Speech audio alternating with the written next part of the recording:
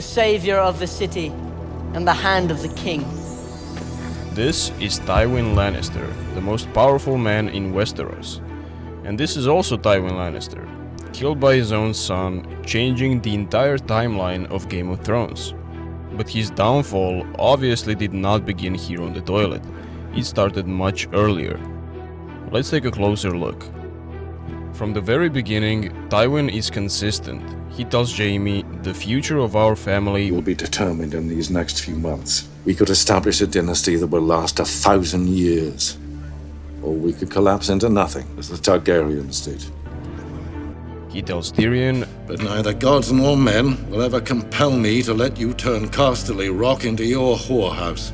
And above all, he treats the Lannister legacy as more important than the lives of the Lannisters themselves. Tywin doesn't ask his family how their day has been, and he definitely doesn't tell them bedtime stories. His family isn't a source of love, it's an empire to be managed. His children aren't people, they're pawns. He marries them off, you will wed her, bed her, and put a child in her. Commands them like soldiers. You will do as I command, and you will marry Loras Tyrell. And also humiliates them when they fail. And I would let myself be consumed by maggots before mocking the family name and making you heir to Casterly Rock. He believes that fear will earn loyalty, that ruthlessness will preserve order, and that the Lannister name will echo long after he's gone. But here's the contradiction. If your legacy depends on family, but you destroy the bonds of family in the process, what do you have left? With Jaime, Tywin tries to send him away to Casterly Rock. But what does Jaime think of this? He would rather die than do that. And after Tywin didn't get his way, he manipulated Jaime by accusing Tyrion of murder, knowing very well that Jaime will jump into his defense. I'll leave the King's Guard. I'll take my place as your son and heir if you let Tyrion live. Done. Forcing him to go to Casterly Rock anyway. With Cersei, he underestimates her ambition, not realizing that the daughter he sidelines will one day take the throne he thought he controlled. With Tyrion, he goes even further, years of scorn, insults, and cruelty. He doesn't just neglect Tyrion, he treats him as an enemy in his own house.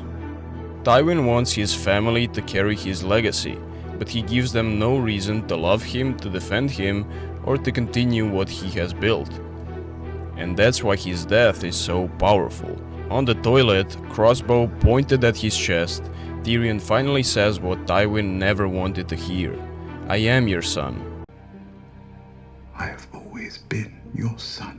And then he kills him. The man who thought his children would immortalize his name is killed by one of them, the very child he tried hardest to erase. This is the moment that proved Tywin Lannister wrong. He believed that control was eternal, but power slipped the moment he dismissed the humanity of his children. He believed family name was indestructible, but the Lannister name died with him, consumed by the chaos he left behind.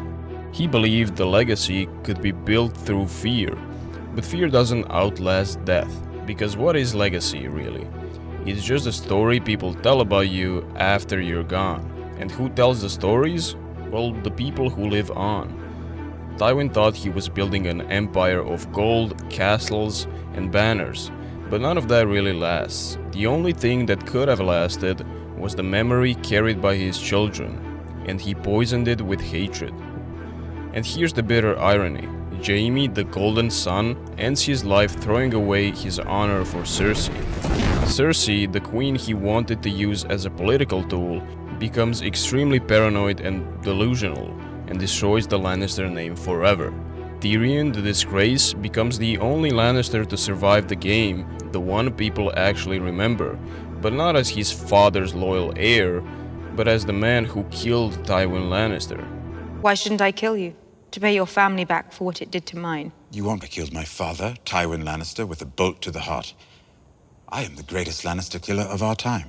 This is Tywin's legacy, not a 1,000-year dynasty, not an eternal golden lion, just a broken family and the name carved in history for its fall. So when Tyrion pulled that trigger, it wasn't just patricide. It was the destruction of Tywin's entire philosophy, and it proved him completely wrong. What do you think? Was Tywin truly a genius undone by his own kind? Or was he always building a fragile empire that could have never lasted?